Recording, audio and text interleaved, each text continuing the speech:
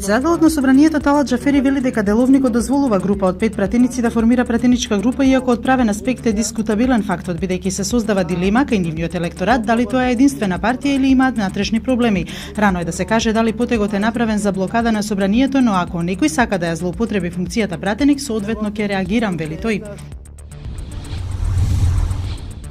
Јавното обвинителство поднесе обвиненија за грабежот во Тутунска банка од април против 8 лица, заедно со предлог мерки за обезбедување присуство. Обвинителен акт е поднесен против првите 4 од кои за тројца и предлог за продолжување на мерката притвора. За едно лице во сила се веќе определени мерки на предпазливост. Парите се уште не се најдени.